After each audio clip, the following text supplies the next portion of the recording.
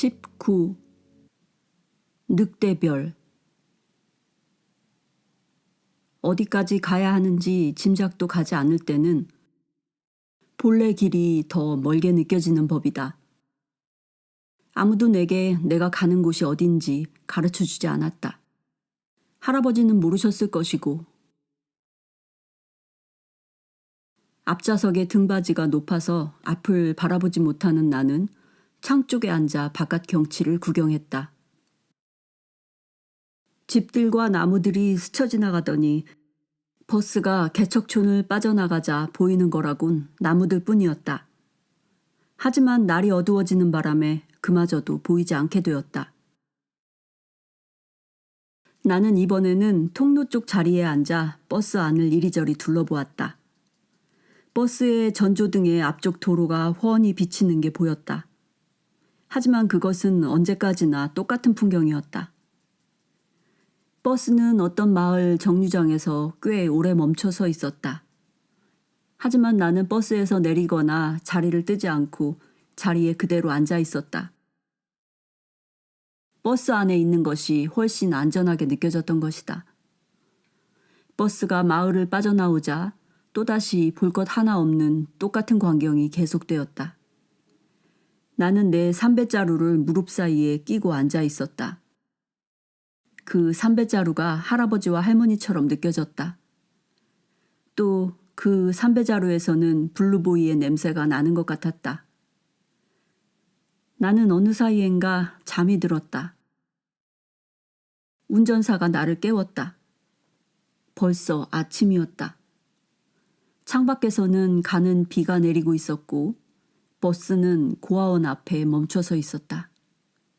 내가 버스에서 내리자 우산을 받쳐든 흰머리의 여자가 기다리고 있었다. 그 여자는 땅까지 질질 끌리는 검은 옷을 입고 있었다.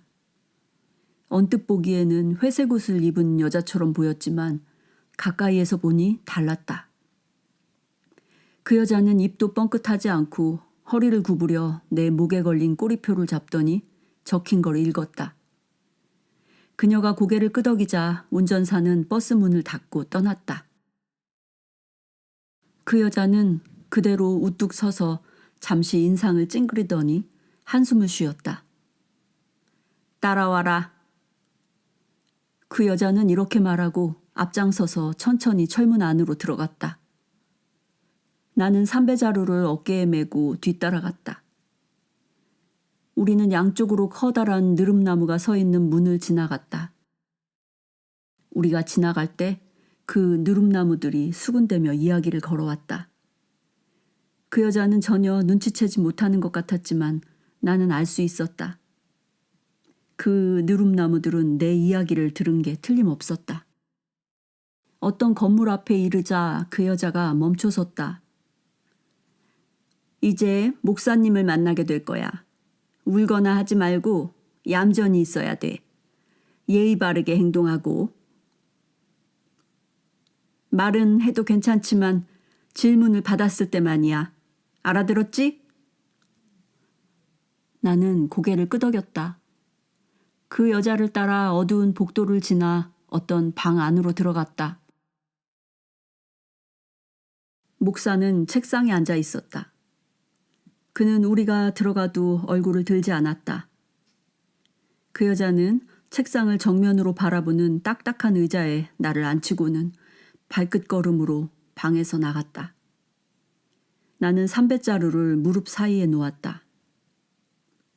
목사는 서류를 읽느라 바빴다. 그는 번들거리는 분홍빛 얼굴을 하고 있었다. 얼굴을 너무 많이 씻어서 그런 것 같았다.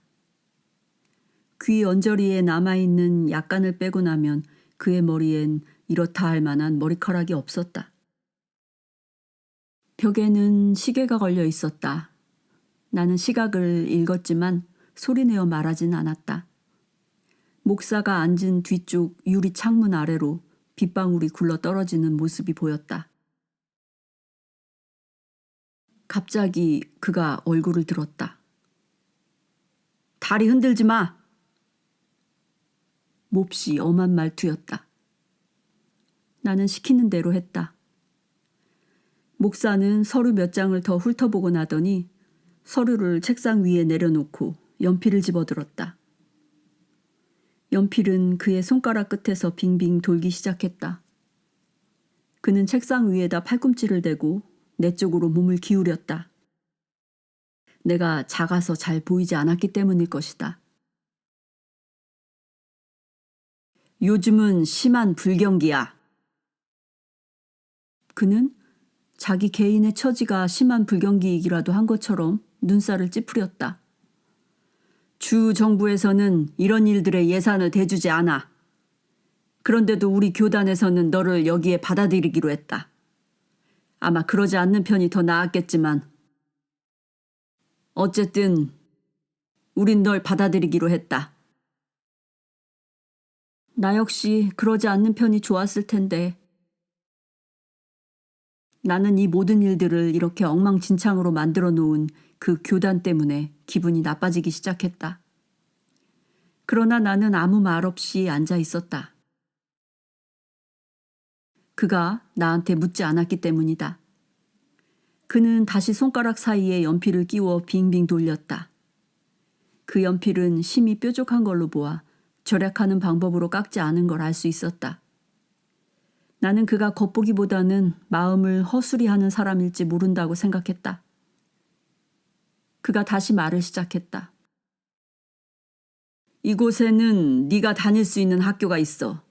그리고 넌 작은 일 한두 가지를 맡게 될 거다. 여기서는 누구든지 일을 하게 되어 있어. 너한텐 익숙하지 않을 테지만 그리고 규칙은 꼭 지켜야 한다. 규칙을 어기면 벌을 주겠다. 목사는 기침을 한번 하고 나서 말을 이었다. 여기는 순종이든 혼혈이든 간에 인디언이라곤 한 사람도 없어. 게다가 너의 어머니 아버지는 정식으로 결혼하지도 않았어. 우리가 사생아를 받아들인 건 정말이지 네가 처음이다. 나는 할머니가 말해주신 것을 목사에게 이야기했다. 체로키들이 엄마와 아빠를 결혼시켰다고. 목사는 체로키가 한 일 따위는 아무래도 상관없다고 하면서 자기는 나에게 질문하지 않았노라고 화를 냈다. 그건 사실이었다. 목사는 그 모든 일에 흥분하기 시작했다. 그는 의자에서 일어나 자기 교단은 누구에게나 심지어는 동물에게조차 친절한 게 신조라고 했다. 그는 나더러 교회 예배와 저녁 채플 예배에 참석하지 않아도 된다고 하면서 사생아는 어떻게 해도 도저히 구제받을 수 없기 때문이라고 했다. 그는 목사의 설교를 듣고 싶으면 들어도 좋지만 교회 맨 뒤에 입을 다물고 앉아서 절대 예배 보는데 끼어들지 말아야 한다고 했다. 그런 것은 나로서는 아무래도 좋았다. 어차피 할아버지와 나는 천당 가는 그 모든 의식 절차에 대해서는 일찌감치 포기하고 있던 터였다. 또 그는 자기가 책상 위에서 본 서류에 의하면 할아버지는 어린아이를 기르는데 적합하지 않다. 내가 예의범절이라곤 하나도 배우지 못했을 게 확실하다고 떠들어댔다. 하지만 난 그렇게 생각하지 않았다. 그는 또 할아버지가 감옥에 다녀온 적도 있다고 했다. 그래서 나 자신도 거의 교수형을 당하기 직전까지 간 적이 있었노라고 하자 그는 연필 돌리던 손을 멈추고 고함을 질렀다. 네가? 뭐 때문에? 나는 한번 법에게 붙잡혀서 교수형을 당할 뻔했지만 다행히 달아났다. 걔들이 도와주지 않았더라면 나는 교수형을 당했을 거라고 설명했지만 위스키 제조나 증류기가 있는 곳에 대해서는 절대 말하지 않았다. 그걸 말하게 되면 할아버지와 나는 영영 위스키 장사를 못하게 될 것이라고 생각했던 것이다.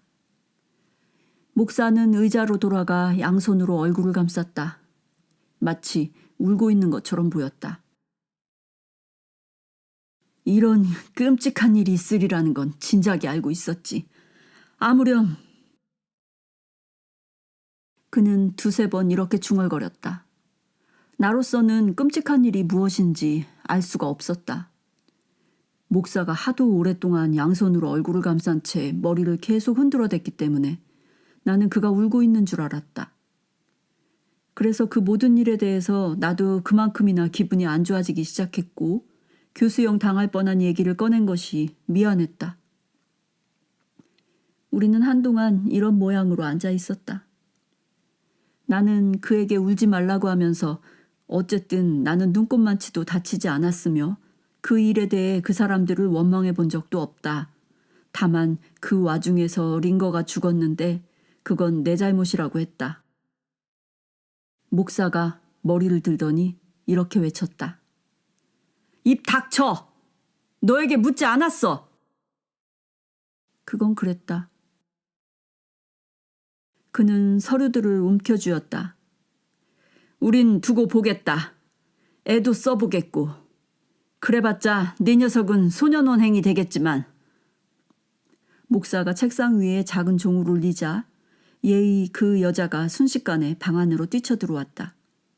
계속 문 밖에 서 있었던 모양이었다. 그 여자는 나에게 따라오라고 했다. 나는 삼배자루를 집어들어 어깨에 맨 다음 목사에게 고맙습니다라고 인사했다. 그러나 목사님이란 말은 붙이지 않았다. 비록 내가 사생하여서 그 때문에 어차피 지옥에 갈 거라고 해도 목사님이라고 부를지 누구누구 씨라고 부를지 정하지 않았다고 해서 어쨌든 더 빨리 지옥에 떨어질 것 같진 않았다. 할아버지가 말씀하셨듯이 궁지에 몰린 것도 아닌데 쓸데없는 일을 할 필요는 없는 것이다. 방을 나서려 하자 갑자기 바람이 세차게 불어와 창문을 흔들었다. 그 여자가 발걸음을 멈추고 돌아보았다. 목사도 창문을 쳐다보았다. 나는 그 바람이 내 안부를 물어보기 위해 산이 보낸 전령이라는 걸 알았다. 내 침대는 방 제일 구석에 있었다. 내 침대와 꽤 가까이 붙어있는 딱 하나의 침대를 빼고는 다른 아이들에게서 한참 떨어진 곳이었다. 그 방은 아주 커서 20명에서 30명은 됨직한 남자애들이 함께 썼다. 대개가 나보다 나이 많은 아이들이었다. 내가 해야 하는 일은 매일 아침 저녁으로 방 청소를 돕는 일이었다. 나는 힘들이지 않고 그 일을 해냈지만 침대 밑까지 말끔히 청소하지 않으면 흰머리 여자에게서 다시 하라는 명령을 받곤 했다. 그런 일은 거의 매번 일어났다. 나와 가장 가까운 침대에서 자는 아이의 이름은 윌번이었다. 그는 나보다 나이가 훨씬 더 많아서 11살 정도는 되어 보였다. 하지만 그는 자기가 12살이라고 말했다. 그는 큰 키에 말라깽이였고 얼굴은 주근깨 투성이었다. 그는 아무도 자신을 양자로 데려가지 않을 것이기 때문에 18살이 될 때까지 여기에 눌러붙어 있게 될 것이다. 그렇더라도 자기는 상관없다. 대신 여기서 나가면 반드시 돌아와 이 고아원에 불을 지르고 말겠다고 그랬다. 윌번은 한쪽 다리가 굽었다. 오른발이 안쪽으로 활처럼 굽어서 걸을 때는 그 발끝이 왼쪽 발을 스치곤 했다. 또 그 때문에 오른발이 짧아서 몸 전체를 오른쪽으로 쩔룩이며 걸어야 했다. 나와 윌번만은 운동장에서 벌어지는 어떤 놀이에도 가담하지 않았다. 윌번은 달릴 수가 없었기 때문이고 나는 작은 데다 노는 방법을 몰랐기 때문이다. 그는 놀이란 건 어린애들이나 하는 짓이라고 했다. 나에게도 그렇게 보였다. 나와 윌번은 노는 시간이면 운동장 구석에 서 있는 큰 참나무 밑에 앉아 있었다. 때때로 공이 빠져서 우리 있는 곳까지 굴러오면 내가 달려가서 놀이를 하는 아이들에게 던져주곤 했다. 나도 썩 잘 던지는 편이었다. 나는 그 참나무에게 말을 걸었다. 속으로만 말했기 때문에 윌번은 알아차리지 못했다. 그 참나무는 늙은 나무였다. 겨울이 오고 있었기 때문에 소리를 낼 수 있는 이파리들은 거의 다 떨어졌지만 대신 나무는 벌거숭이 가지를 바람 속에서 움직여 말을 했다. 나무는 이제 막 잠이 들려던 참이었지만 내가 여기 있다는 걸 산의 나무들에게 알려줄 때까지는 자지 않고 깨어서 그 소식을 바람에 실어 보내겠노라고 했다. 내가 윌로존에게도 전해달라고 부탁하자 참나무는 그러겠노라고 했다. 참나무 밑에서 파란 유리구슬 하나를 발견했다. 그것은 투명해서 한쪽 눈을 감고 다른 쪽 눈으로 들여다보면 모든 게 다 파랗게 보였다. 그게 뭔지 윌번이 가르쳐 주었다. 나는 그때까지 한 번도 유리구슬을 본 적이 없었던 것이다. 윌번은 유리구슬이라는 건 그렇게 뚫어지게 들여다보라고 있는 게 아니라 땅 위에서 다른 유리구슬과 부딪히며 놀라고 있는 것이라고 했다. 하지만 내가 그것을 가지고 노는 것을 보면 틀림없이 구슬을 잃어버린 사람이 있을 테니 그 애가 와서 그것을 빼앗아 갈 것이라고 했다. 윌번은 주운 사람이 임자이고 잃은 사람만 손해라고 하면서 그렇게 해서 잃은 값을 치르는 것이라고 했다. 그래서 나는 그 유리구슬을 내 삼배자루 속에 넣어두었다. 어쩌다 한 번씩 고아원에 있는 애들 모두가 목사 집무실 옆에 붙은 강당에서 줄을 서곤 했다. 그러고 있으면 아저씨 아주머니들이 찾아와서 아이들을 한 명 한 명 자세히 살펴본다. 양자로 삼을 애를 고르는 것이다. 우리를 감독하는 흰머리 여자는 나에게는 줄을 서지 말라고 했다. 그래서 나는 줄을 서지 않았다. 나는 문 뒤에서 그들의 모습을 구경했다. 누가 뽑혔는지는 나라도 금방 알 수 있었다. 그 사람들은 마음에 드는 아이 앞에서는 의례 걸음을 멈추고 말을 걸게 마련이었다. 그러고 나면 그들은 아이를 데리고 사무실로 들어갔다. 윌번에게 말을 건네는 사람은 지금까지 아무도 없었다. 윌번 자신은 아무래도 상관없다고 했지만 실제로는 그렇지 않은 것 같았다. 그는 줄서기를 하는 날이면 언제나 깨끗한 셔츠와 멜빵 바지로 갈아입었다. 나는 윌번을 자세히 관찰했다. 줄을 서고 있을 때 윌번은 다가오는 모든 사람들에게 웃는 얼굴을 보였으며 굽은 오른쪽 발을 다른 쪽 발 뒤로 감추곤 했다. 그렇지만 그들은 그에게 말을 걸지 않았다. 줄서기를 하고 난 날이면 윌번은 밤에 자다가 오줌을 쌌다. 그는 그 빌어먹을 놈의 양자 고르기에 대해 자기가 어떻게 생각하는지 그 사람들에게 보여주려고 일부러 그렇게 한 것이라고 말했다. 윌번이 오줌을 싼 다음 날 아침이면 흰머리 여자는 윌번에게 요와 담요를 햇볕에 내다 말리라고 명령했다. 윌번은 자기는 신경 안 쓴다. 만일 그들이 그렇게 자꾸 자기를 들쑤신다면 자기는 밤마다 침대에 오줌을 싸줄 거라고 했다. 윌번은 나에게 자라서 무엇을 할 거냐고 물었다. 나는 할아버지와 윌로존 같은 인디언이 되어서 산속에서 살 거라고 대답했다. 윌번 자기는 은행과 고아원을 털 작정이고 돈을 놔두는 곳이 어디인지만 알면 교회도 털 작정이다. 아마도 그렇게 되면 은행과 고아원을 경영하는 놈들을 모두 죽이겠지만 나는 죽이지 않겠노라고 했다. 윌번은 밤마다 침대에서 울었다. 나는 모르는 척했다. 입을 담요로 막고 우는 걸로 봐서 다른 사람에게 우는 걸 알리고 싶지 않은 모양이었으니까. 나는 윌번에게 이 고아원에서 나가 치료를 받게 되면 틀림없이 발이 펴질 거라고 위로하면서 파랑 유리구슬을 그에게 주었다. 고아원에서는 저녁 어둠이 깔릴 무렵에 채플 예배를 보았다. 그것이 끝나고 나면 곧이어 저녁 식사 시간이었다. 나는 예배에 참석하지 않았기 때문에 저녁 식사 시간에도 빠졌다. 덕분에 나는 저녁마다 늑대별을 바라볼 수 있었다. 내 침대에서 몇 발자국 떨어진 곳에 창문이 있었는데 나는 그 창문으로 늑대별이 반짝이는 것을 또렷이 볼 수 있었다. 그 별은 저녁 어스름이 내리기 시작하면 창백한 얼굴로 빛을 비추다가 밤이 어두워질수록 점점 더 밝은 빛을 토해냈다. 할아버지와 할머니, 윌로존까지 저 별을 보고 있을 것이다. 나는 저녁마다 창가에 1시간씩 서서 늑대별을 바라보았다. 나는 윌번에게 언젠가 저녁 식사를 거를 생각이 있으면 나와 함께 그 별을 볼 수 있을 거라고 했지만 그는 채플에 나가야 하는 데다 저녁 식사를 포기할 생각이 전혀 없었다. 그 때문에 그는 한 번도 그 별을 보지 못했다.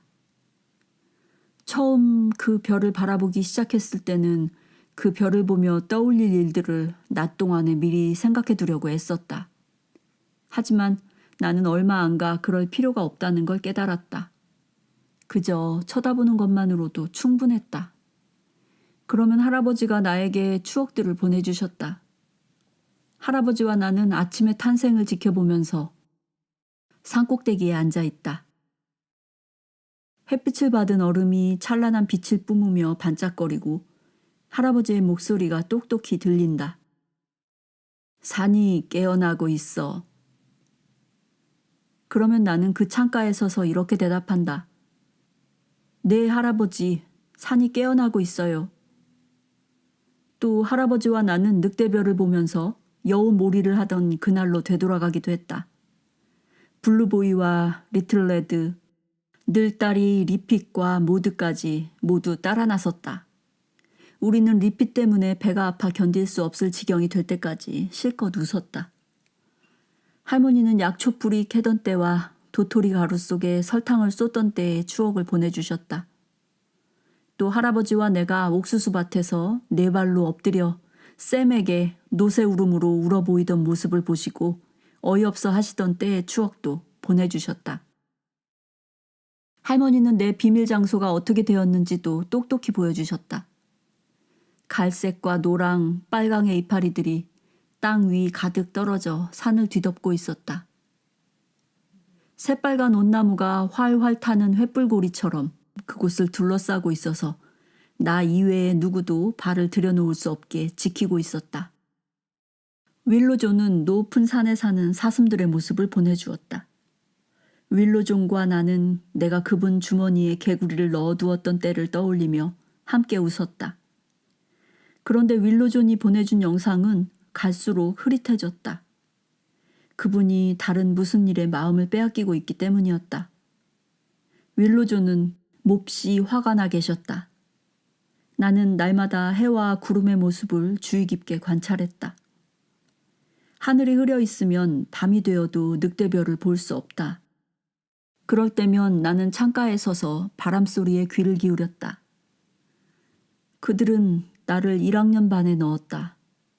그 반에서는 와인 씨가 가르쳐준 덕분에 이미 알고 있는 내용들을 배우고 있었다.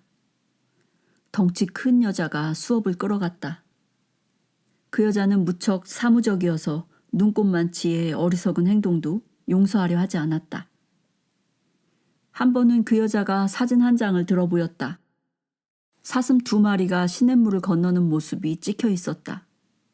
어찌나 서로 펄쩍거리며 뛰어오르고 있던지 마치 누군가한테 떼밀려서 물 밖으로 솟아오른 것 같이 느껴졌다. 덩치 큰 여자는 사슴들이 뭘 하고 있는지 누구 아는 사람 있느냐고 물었다. 한 아이가 무언가에 쫓기고 있는 것 같다.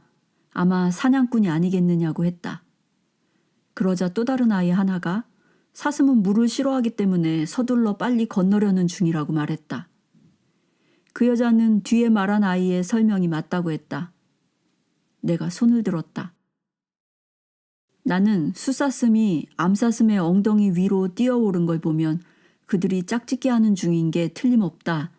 게다가 주위에 풀이나 나무 모습들을 보더라도 그때가 사슴들이 짝짓기 하는 철이란 건 쉽게 알 수 있는 일이라고 했다. 그 뚱뚱한 여자는 갑자기 얼이 빠진 것 같았다. 그 여자가 입을 벌렸지만 그 입에서 무슨 말이 나오지는 않았다. 몇몇 애들이 웃었다. 그 여자는 손바닥으로 이마를 치더니 눈을 질끈 감았다. 그 여자가 들고 있던 사진이 바닥으로 떨어졌다. 그 여자는 어디가 아픈지 한두 걸음 뒤로 비실비실 물러서기까지 했다. 겨우 정신을 수습하고 제자리에 서 있던 그 여자가 갑자기 내 쪽으로 달려왔다. 교실 전체가 순식간에 쥐죽은 듯 조용해졌다. 그 여자는 내 멱살을 움켜쥐더니 이리저리 흔들어댔다. 그 여자는 얼굴을 벌겋게 붉히면서 고함을 질렀다. 진작에 알았어야 했는데, 우리 모두 진작 알았어야 했는데, 이렇게 추잡스럽다니, 이 사생아 녀석아! 나는 그 여자가 왜 그렇게 악을 써대는지 도무지 알 수가 없었다. 뭔가 오해를 한 것 같았다. 하지만 그 여자는 나에게 말할 기회도 주지 않고 나를 몇 번 더 흔들어대고 나서 내 목 뒤를 움켜쥔 채 교실 밖으로 끌고 나갔다. 우리는 강당을 지나 목사의 집무실로 갔다. 그 여자는 나더러 문 밖에서 기다리라고 하고는 방으로 들어가 문을 닫아버렸다. 내가 서 있는 곳에서도 그들이 말하는 게 들렸지만 도무지 무슨 말인지 이해가 되지 않았다. 2, 3분 후에 목사 집무실에서 나온 그 여자는 나에게는 눈길 한 번도 주지 않고 그대로 걸어가 버렸다. 목사가 문 옆에 서 있었다. 이리 들어와. 얼음처럼 조용한 목소리였다. 나는 안으로 들어갔다. 목사의 입은 살짝 벌어져 금방이라도 웃을 것처럼 보였다. 하지만 그렇지 않았다. 그는 계속해서 자기 입술을 혓바닥으로 핥았다. 얼굴에는 땀방울이 맺혀 있었다. 그가 나에게 셔츠를 벗으라고 해서 나는 시키는 대로 했다. 셔츠를 벗으려면 멜빵 바지의 끈을 어깨에서 끌어내려야 했다. 이 때문에 나는 멜빵 바지를 양손으로 잡고 있어야 했다.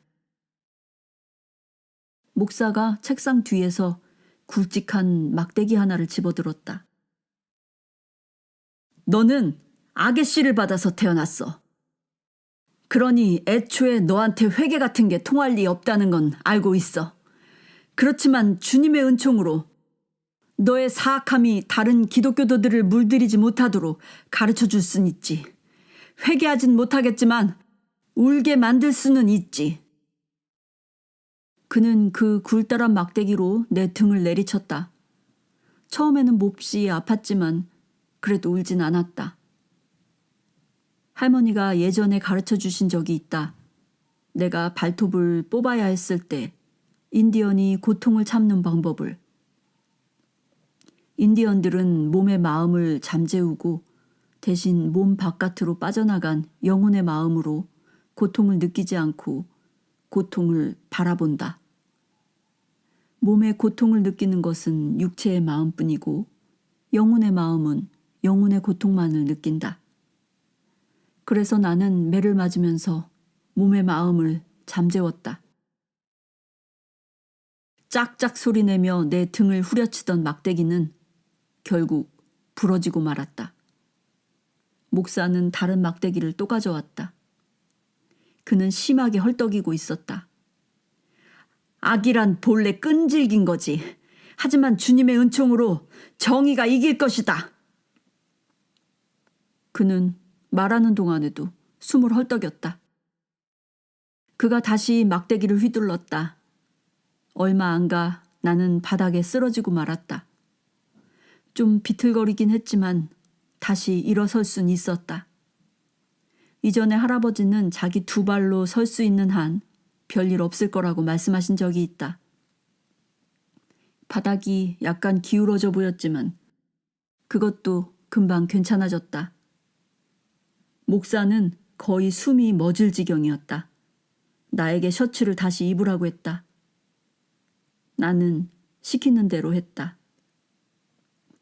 셔츠가 등에서 흐르는 피를 좀 빨아들이긴 했지만 대부분의 피는 다리를 타고 흘러내려 그대로 신발 속으로 들어갔다. 속옷을 입지 않아서 피를 흡수할 수 없었기 때문이다. 신발 안이 피로 질척해졌다. 목사는 내 침대로 돌아가라고 하면서 앞으로 일주일간 저녁 식사는 없다고 했다. 어차피 나는 저녁을 먹고 있지 않는 터였으니 상관없었다. 또 그는 앞으로 일주일 동안 수업을 받을 수 없으며 방 밖으로 나와서도 안 된다고 덧붙였다. 멜빵 끈을 어깨에 걸치지 않는 게 한결 덜 아팠다. 그래서 나는 그날 저녁 창가에 서서 멜빵 바지를 손으로 잡은 채 늑대별을 바라보았다. 나는 할아버지와 할머니 그리고 윌로존에게 그 일을 이야기했다. 나는 세 분에게 내가 무슨 짓을 했기에 그 뚱뚱한 여자가 그렇게 놀랐는지, 또 목사는 왜 그렇게 화가 났는지 도무지 알 수가 없다. 잘못한 게 있으면 기꺼이 고칠 작정이지만 목사는 내가 아게씨로 태어나서 고칠 방법이 없다고 말했다는 이야기도 해드렸다. 나는 할아버지에게 나로서는 지금 이 상황을 도저히 어떻게 해볼 수 없다. 집으로 돌아가고 싶다고 말씀드렸다. 내가 늑대별을 보다가 잠이 든 것은 이때가 처음이었다. 저녁을 먹고 돌아온 윌번이 창문 밑에서 잠든 나를 발견하고 깨워주었다. 그는 내일이 걱정돼서 저녁을 서둘러 먹고 돌아오는 길이라고 했다. 나는 창 밑에서 배를 바닥에 대고 자고 있었다. 윌번은 자기가 자라 고아원을 나간 다음 고아원과 은행을 털게 되면 맨 먼저 목사를 죽여버리겠노라고 말했다. 자기도 나처럼 지옥에 떨어지는 것 따위는 신경 쓰지 않는다고 하면서. 그날 이후 땅거미가 내리고 늑대별이 반짝이기 시작하면 나는 할아버지, 할머니 그리고 윌로존에게 집에 돌아가고 싶다고 하소연했다. 나는 그들이 보내주는 영상도 받지 않았고 그들이 보내주는 소리에도 귀를 막았다. 오로지 집으로 돌아가고 싶다는 말만을 계속했다. 늑대별은 빨개졌다가 하얘졌으며 다시 빨갛게 변했다. 3일째 밤이 되자 늑대별은 두터운 구름 뒤로 숨어버렸고 강한 바람이 전신줄을 쓰러뜨리는 바람에 고아원은 새까만 어둠 속에 갇혔다. 나는 그분들이 내 말을 들었다는 것을 알았다. 그분들이 어떻게든 해주실 것이다. 나는 그렇게 믿었다. 겨울이 오고 있었다. 밤이면 살을 애는 듯한 차가운 바람이 건물을 감싸고 돌며 울부짖었다. 그런 걸 싫어하는 사람도 있지만 나는 겨울바람이 좋았다. 이제 나는 밖에 나올 때마다 언제나 참나무 밑에서 혼자만의 시간을 보냈다. 참나무는 벌써 잠들었을 거라고 생각했는데 그렇지 않았다. 나 때문이었다. 참나무는 느리고 낮은 목소리로 이야기를 나누었다. 어느 날 저녁, 늦게 막 방으로 돌아가려 할 때 고아원 문 밖을 지나는 할아버지의 모습을 본 것 같았다. 키가 훤칠하니 큰 그 남자는 검은 모자를 쓰고 있었다. 그 남자는 거리 저쪽으로 걸어가고 있었다. 나는 철책으로 달려가 고함을 질렀다. 할아버지! 할아버지! 그 사람은 돌아보지 않았다. 나는 철책을 따라 달리면서 그 사람의 모습이 사라질 때까지 목이 터져라 큰 소리로 고함을 질러댔다. 할아버지! 저예요! 작은 나무예요! 하지만 그 남자는 듣지 못했는지 그냥 가버리고 말았다. 흰머리 부인이 이제 얼마 안 있으면 크리스마스가 올 텐데 그날이 되면 모두가 행복하게 노래 부를 거라고 했다. 윌버는 자기들이 채플에서 온갖 노래를 다 부른다면서 크리스마스까지 다 외워야 하기 때문에 목사 주위에 빙 둘러서서 하얀 악보를 든 병아리 새끼들처럼 노래 연습을 해야 한다고 말했다. 그들이 연습하는 노랫소리는 나에게도 들렸다. 흰머리 부인이 샌디크로스, 산타클로스를 주인공이 잘못 알아들은 것임.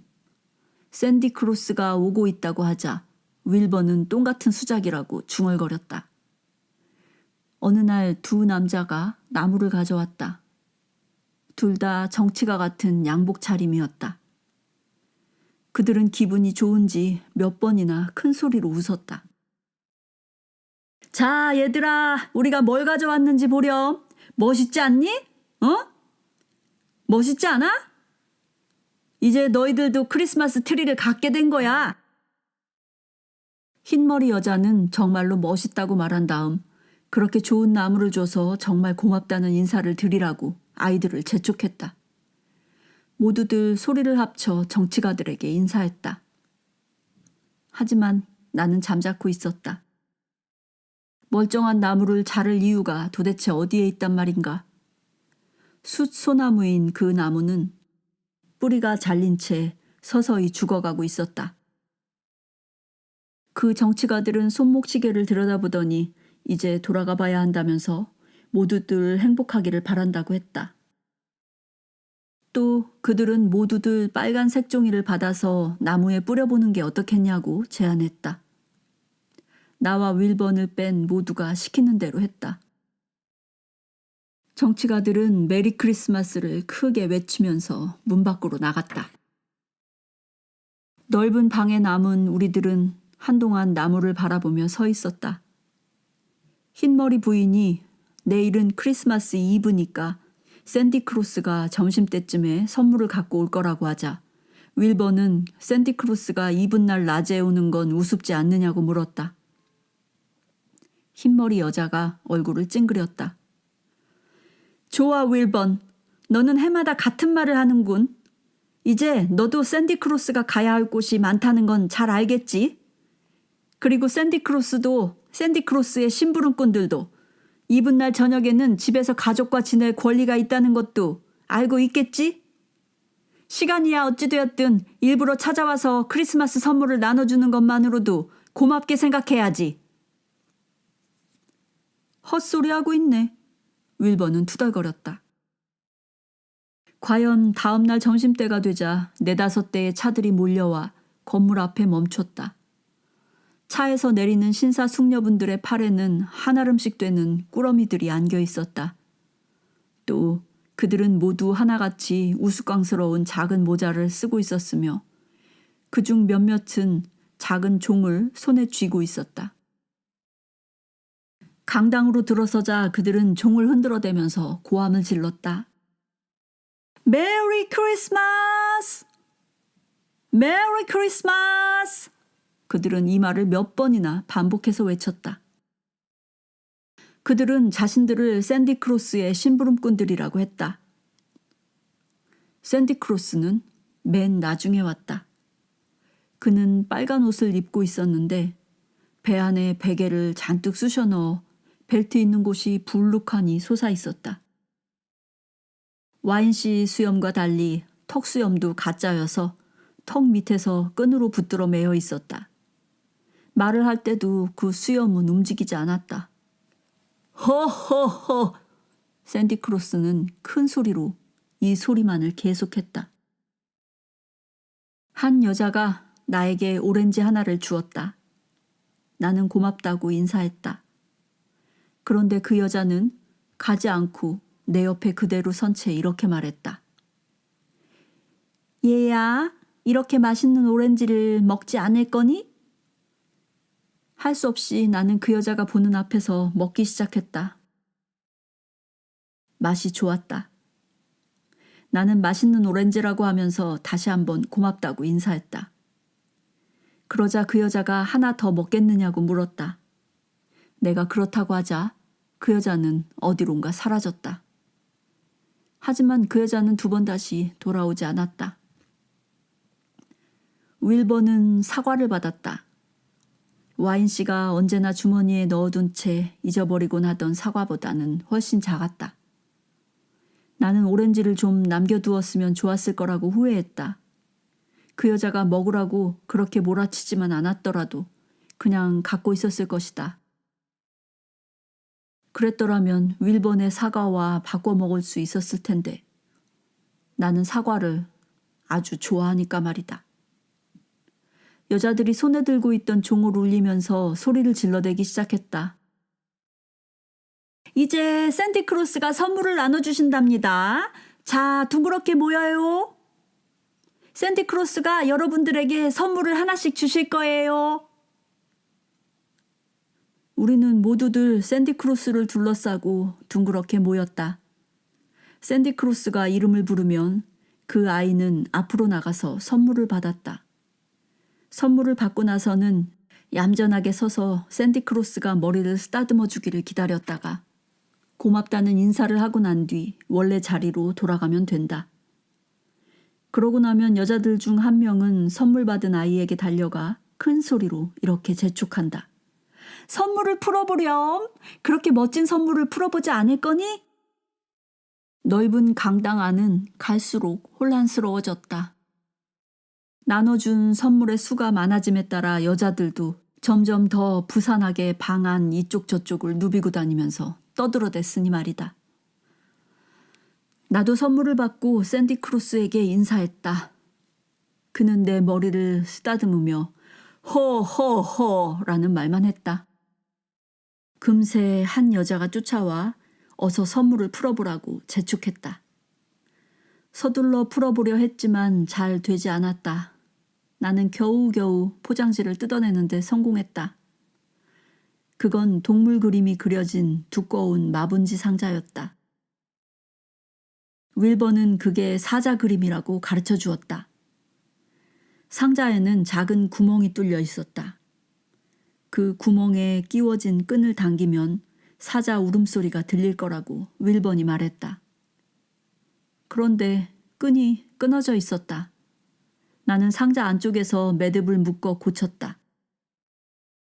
그런데 끈이 매듭에 걸려 잘 당겨지지 않아 그런지 사자의 으르렁거리는 소리가 잘 나지 않았다.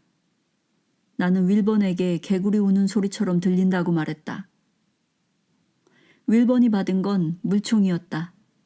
하지만 물이 새서 그런지 방아쇠를 당겨도 간신히 찔끔거리며 날아갈 뿐 힘이 없었다. 윌번은 자기 오줌이 이것보다는 더 멀리 나갈 거라고 말했다.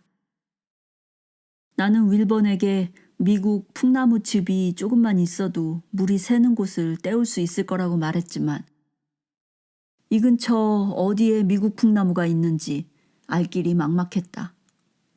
여자 한 명이 막대 사탕을 나눠주며 돌아다니고 있었다. 나도 하나를 받았다. 그런데 잠시 후 나하고 다시 부딪히자 그 여자가 사탕 하나를 또 주었다. 나는 덤으로 받은 그 사탕을 윌번과 나눠 먹었다. 샌디크로스가 외쳤다. 잘 있어요 여러분. 내년에 또 만납시다. 메리 크리스마스. 신사숙녀분들도 일제히 똑같은 말을 외치며 종들을 울려댔다. 그들은 현관문 밖에 세워놓은 차를 타고 사라져버렸다. 그러고 나자 갑자기 세상이 조용해졌다. 나와 윌번은 방으로 돌아와 침대 옆 바닥에 앉았다. 윌번은 그 사람들이 마을의 상공회의소와 컨트리클럽에서 왔다고 했다. 그는 그 사람들이 해마다 이곳을 찾아와 실컷 즐기고 난 다음에는 자기들끼리 가서 술을 퍼마시며 논다고 하면서 이제 이런 일들은 정말 신물이 난다. 자기가 고아원에서 나가면 크리스마스 같은 건 절대 콧방귀도 뀌지 않겠노라고 했다. 주위가 어두워지기 시작하자 모두들 크리스마스 이브 예배를 보러 나가야 했다. 방 안에는 나 혼자뿐이었다. 그들이 부르는 노랫소리가 들려왔다. 나는 창가에 섰다. 땅거미가 한층 짙어지고 있었다. 공기는 맑고 바람도 조용했다. 그들은 별에 관한 노래를 하고 있었다. 귀를 세우고 자세히 들어보았지만 늑대별은 아니었다. 그날의 채플 예배는 무척 길었다. 부르는 노래도 무척 많은 것 같았다. 덕분에 나는 늑대별이 하늘 높이 솟아오를 때까지 바라보고 있을 수 있었다. 나는 별을 바라보며 할아버지 할머니 윌로존에게 집에 돌아가고 싶다고 말했다. 크리스마스 날에는 근사한 점심이 나왔다. 각자의 접시에는 닭다리 하나에다 목이나 모래주머니 중 어느 한쪽이 놓여 있었다. 윌버는 이것도 언제나 이런 식이었노라고 하면서 아마 그들은 다리와 목과 모래주머니뿐인 특수한 닭이라도 기르고 있는 모양이라고 비꼬았다. 나는 닭고기를 좋아했기 때문에 남김없이 다 먹어치웠다. 점심 식사 후에는 각자 하고 싶은 대로 지내도 좋다고 했다. 밖은 추워서 나 말고는 아무도 나가려 하지 않았다. 나는 선물로 받은 마분지 상자를 들고 뜰을 가로질러 걸어가 참나무 아래 앉았다. 나는 오랫동안 그곳에 앉아 있었다. 땅거미가 내리고 있었다. 이제 방으로 돌아가야 할 시간이었다. 문득 눈을 들어 건물 쪽을 바라보았다. 할아버지다! 할아버지가 사무실에서 나와 내가 있는 곳으로 걸어오고 계셨다. 나는 손에 들고 있던 상자도 내려놓고 할아버지를 향해 달렸다.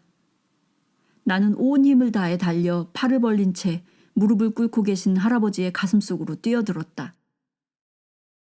우리 두 사람은 한참 동안 말없이 그렇게 껴안고만 있었다.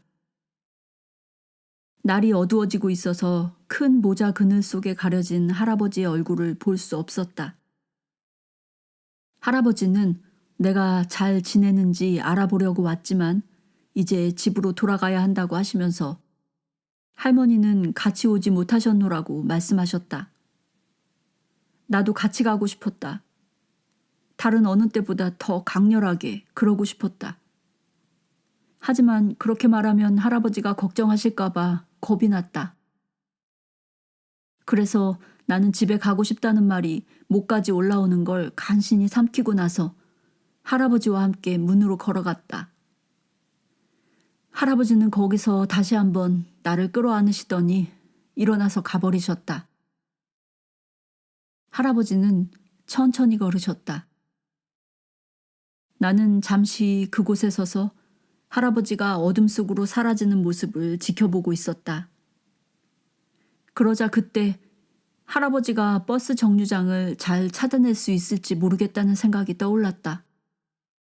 할아버지 뒤를 따라 뛰어갔다. 나 자신도 버스 정류장이 어디 있는지는 몰랐지만 그래도 어쨌든 도와드릴 수는 있을 것이다. 할아버지는 길을 따라 내려가고 계셨다. 나는 그 뒤를 따라갔다. 이윽고 길들이 여러 갈래로 갈라지는 곳에 이르자 할아버지는 그 길 중 하나를 건너 버스 정류장 뒤쪽으로 가서 서셨다. 할아버지가 서 계신 곳에는 가로등이 켜져 있었다. 나는 길모퉁이에서 엉거주춤한 자세로 그 모습을 보며 서 있었다.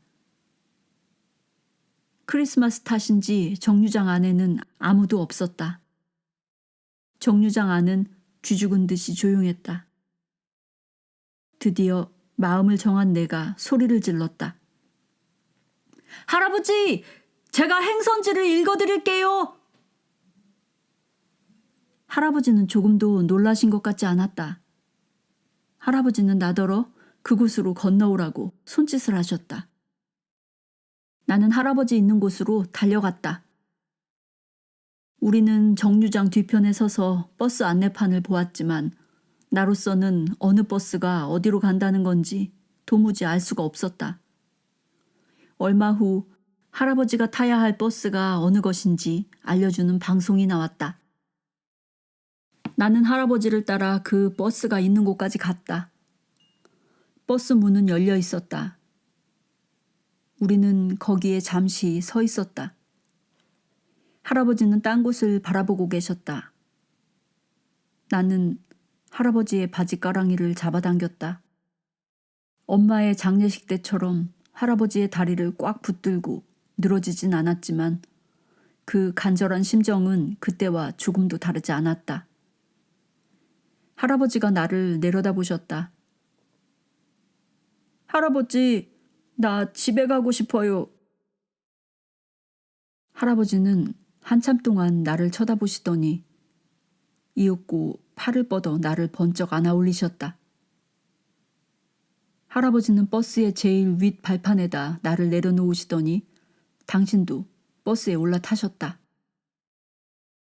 할아버지는 물림새가 달린 지갑을 꺼내 나하고 내 손자의 요금을 내겠소 라고 말씀하셨다. 약간 긴장된 어조였다.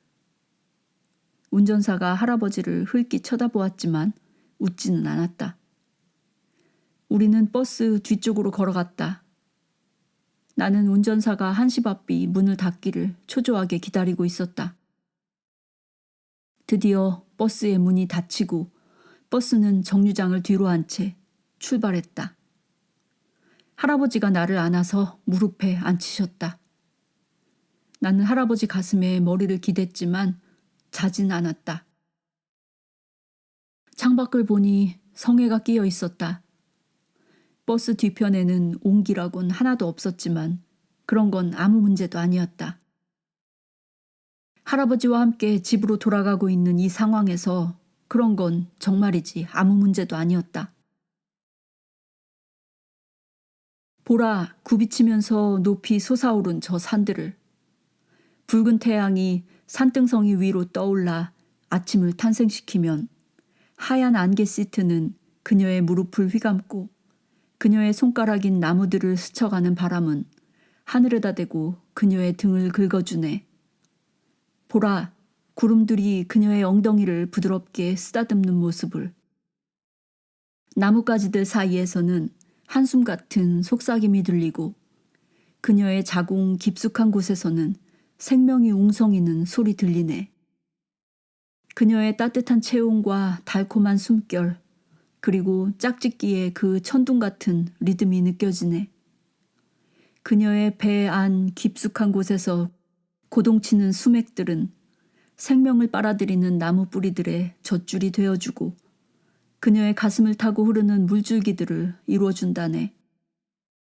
그녀가 사랑으로 어르는 그녀의 아이들에게 그녀의 영혼에서 나오는 아름다운 노래를 물은 그 흥얼거리는 리듬으로 들려준다네. 할아버지와 나는 이제 집으로 돌아간다네. 20. 집으로 돌아오다. 우리는 10시간 가까이 버스를 타고 달렸다. 나는 머리를 할아버지 가슴에 기대고 있었다. 우리 두 사람은 말도 하지 않았고 잠도 자지 않았다. 버스는 도중에 두세 번 정류소에서 멈췄지만 할아버지와 나는 그냥 버스에 앉아 있었다. 어쩌면 우리는 뒷덜미를 잡아챌 일이 일어날 것 같아 두려웠는지도 모른다. 할아버지와 내가 버스에서 내린 것은 아직 날이 어두운 이른 새벽이었다. 추운 날씨여서 길에는 얼음이 얼어 있었다. 우리는 길을 따라 걷기 시작했다. 마차 바퀴 자국이 난 길로 접어들었을 때 산들을 바라보았다. 산들은 주위의 어둠보다 더 어둡고 더 큰 몸집을 하고 웅크리고 앉아 있었다. 나는 산을 향해 미친 듯이 달려가고 싶었다. 바퀴 자국이 난 길이 끝나고 골짜기 길로 들어섰을 때 어둠은 서서히 회색으로 엷어지고 있었다. 그때 내가 불쑥 뭔가가 잘못된 것 같다고 말했다. 할아버지가 걸음을 멈추셨다. 작은 나무야, 왜 그러니? 나는 길바닥에 주저앉아 구두를 벗어버렸다. 산길이 잘 느껴지지 않아요, 할아버지. 비로소 흙의 따뜻한 온기가 다리를 지나 온몸으로 퍼져갔다. 껄껄대며 소리내어 웃으시던 할아버지도 주저앉아 구두를 벗기 시작했다. 할아버지는 양말까지 벗어서 구두 속에 쑤셔 넣으시더니 우리가 걸어온 길 쪽을 향해 구두를 힘껏 집어 던지셨다. 이따위 것들은 너희들이나 가져라! 할아버지가 고함을 지르셨다. 나도 걸어온 길 쪽으로 내 구두를 힘껏 집어 던지면서 할아버지와 똑같이 외쳤다. 그러고 나서 우리는 웃기 시작했다. 얼마나 많이 웃었던지 나는 땅바닥에 주질러 앉았고 할아버지는 눈물을 흘리시면서 거의 땅바닥을 뒹굴다시피 하셨다. 사실 뭐가 그리 우스운지 알지 못하면서도 우리는 정말 참을 수 없을 만큼 재미있고 즐거웠다.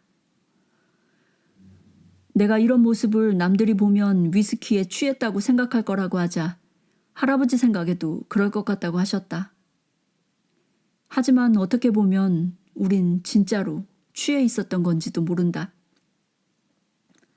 산길을 따라 더 올라가자 첫 새벽에 장밋빛이 동쪽 산등성이를 어루만졌다.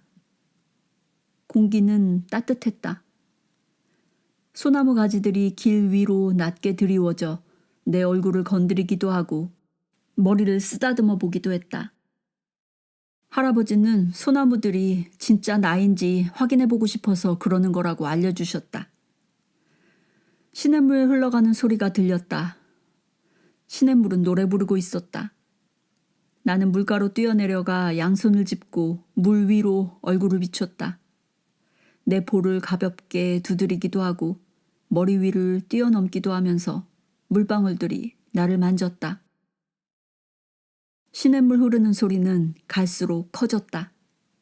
할아버지는 그동안 둑 위에서 기다리고 계셨다. 우리 집 통나무 다리가 보였을 때는 날이 이미 훤히 밝고 난 뒤였다. 아침바람이 불기 시작했다. 할아버지는 그 바람 소리가 슬퍼하거나 한숨 쉬는 소리가 아니라 소나무 숲 사이를 지나 노래하면서 산의 모든 친구들에게 내가 집에 온 걸 전하는 소리라고 하셨다. 모두 짖는 소리가 들렸다. 할아버지가 고함을 지르셨다. 모두 그만해! 그러자 한 무리의 개들이 쏜살같이 통나무 다리를 건너왔다. 개들이 한꺼번에 달려드는 바람에 나는 엉덩방아를 찍고 말았다. 그놈들은 하나같이 달려들어 내 얼굴을 핥았고 내가 일어서려고 하면 그때마다 등 뒤에서 또 달려들어 나를 넘어뜨리곤 했다. 리틀 레드는 1m 정도를 뛰어오른 상태에서 몸을 한 바퀴 돌리는 재주를 부렸다. 리틀 레드가 기쁜 소리로 지저대며 이렇게 펄쩍거리고 뛰어오르자 모두도 흉내를 냈다. 늙다리 리피까지 흉내를 내려고 뛰어올랐지만 그만 시냇물에 텀벙 빠지고 말았다. 할아버지와 나는 큰 소리로 고함을 지르며 웃고 개들을 쓰다듬고 하면서 통나무 다리까지 왔다. 오두막집 베란다 쪽을 바라보았다. 그런데 거기에 할머니 모습이 보이지 않았다. 통나무 다리를 반 정도 건넜을 때 더럭 겁이 났다. 그때까지도 할머니의 모습이 보이지 않았던 것이다. 문득 누군가가 나를 쳐다보고 있는 듯한 느낌에 주위를 두리번거렸다. 그곳에 할머니가 계셨다. 할머니는 날씨가 쌀쌀한데도 사슴 가죽 옷만 입으신 채 아침 해를 받아 머리카락을 빛내며 서 계셨다. 그곳은 산 허리에 벌거벗은 흰참나무 가지들 밑이었다. 할머니는 나를 바라보고 계셨다. 할아버지의 모습은 눈에 들어오지도 않는 듯 오직 나만을 바라보고 싶으신 듯한 모습으로 이쪽을 보고 계셨다. 할머니! 나는 이렇게 외치다가 발을 헛디는 바람에 시냇물에 떨어지고 말았다. 다치진 않았지만 사방으로 물이 튀었다. 아침 공기의 쌀쌀함에 비해 물은 오히려 따뜻했다. 할아버지가 공중으로 뛰어오르시더니 다리를 쩍 벌린 채 우이 하고 고함을 지르시며 풍덩 물속으로 뛰어드셨다. 산비탈을 뛰어내려오신 할머니도 그대로 첨벙첨벙 물속으로 뛰어들어와 나를 껴안으셨다. 우리는 뒹굴고 물보라를 일으키고 고함을 지르고 좀 울기도 했다. 할아버지는 시냇물 한가운데에 주질러 앉아 양손으로 물을 떠서 공중에다 뿌렸다. 개들은 통나무 다리 위에 늘어서서 우리를 내려다보고 있었다. 이 예기치 않은 소란에 어안이 벙벙한 것 같았다. 우리더러 정신이 돌았다고 생각할 거라고 할아버지가 말씀하셨다. 그렇지만 얼마 안 있어 개들도 서로 앞다투어 물속으로 뛰어들었다. 소나무 가지 제일 꼭대기에 앉은 까마귀 한 마리가 울기 시작하더니 푸드득거리며 우리 머리 바로 위로 미끄러지듯 내려왔다. 곧바로 다시 날아오른 까마귀는 까옥거리며 골짜기 쪽으로 날아갔다. 내가 돌아온 걸 모두에게 알리러 가는 것이라고 할머니가 말해주셨다. 할머니는 내 노란 코트가 마르도록 난로 옆에 걸어주셨다.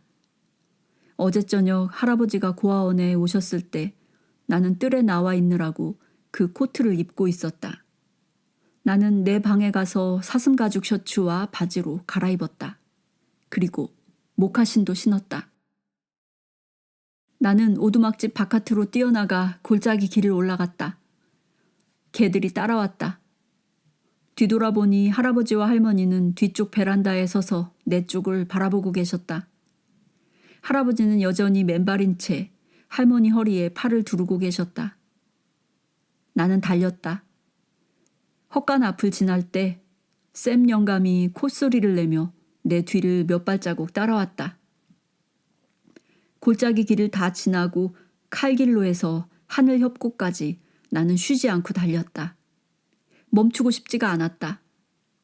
바람이 나와 함께 노래 부르고 나무 위에서 나를 내려다보던 다람쥐와 너구리, 작은 새들은 내가 지날 때마다 소리를 질렀다. 찬란한 겨울 아침이었다. 돌아가는 길은 천천히 걸어 내려갔다. 내 비밀 장소에 들러보니까 할머니가 늑대별에 실어 보내준 모습과 조금도 다르지 않았다. 벌거숭이가 다 된 나무 아래에는 구릿빛 낙엽들이 수북이 쌓여 있었고 아무도 들여다보지 못하도록 새빨간 온나무가 그곳을 둘러싸고 있었다. 나는 오랫동안 낙엽 위에 엎드려 누운 채 잠든 나무들에게 말을 걸었고 바람소리에 귀를 기울였다. 소나무 숲의 속삭임이 바람에 실려 들려왔다. 이윽고 그것은 노래로 변했다. 작은 나무가 돌아왔다네. 작은 나무가 돌아왔어. 우리 노래 들어보렴. 작은 나무가 이곳에 함께 있다네. 산으로 돌아왔어. 처음에는 낮은 허밍으로 시작된 그 노래는 점점 갈수록 높아졌다. 시냇물들도 그들과 함께 노래 불렀다. 개들도 노랫소리를 알아챘는지 땅바닥을 킁킁대는 것을 그만두고 귀를 쫑긋 세운 채 듣고 있었다. 노래의 의미를 알아차린 개들은 더 바싹 내 옆으로 다가와 배를 깔고 엎드렸다. 살이 닿는 감촉이 무척 따스했다. 겨울날의 짧은 낮 시간을 나는 이렇게 내 비밀 장소에서 보냈다. 내 영혼은 이제 더 이상 아프지 않았다. 바람과 나무와 시냇물과 새들이 불러준 그 부드러운 노랫소리로 내 마음이 깨끗이 씻겼기 때문이다. 몸의 마음만을 가진 사람들이 자연을 이해하거나 신경 쓰지 않는 것과 마찬가지로 자연 역시 몸의 마음에 대해서는 신경 쓰지 않았고 이해도 하지 못했다. 그래서 자연은 나에게 지옥에 대해서 말하지 않았고 내 출생이 무엇인지 묻지 않았으며 악의 씨에 대해서도 언급하지 않았다. 자연은 그런 말들이 만들어내는 것이 무엇인지 몰랐다. 그래서 그들과 함께 있노라니 나도 그런 말들을 잊을 수 있었다.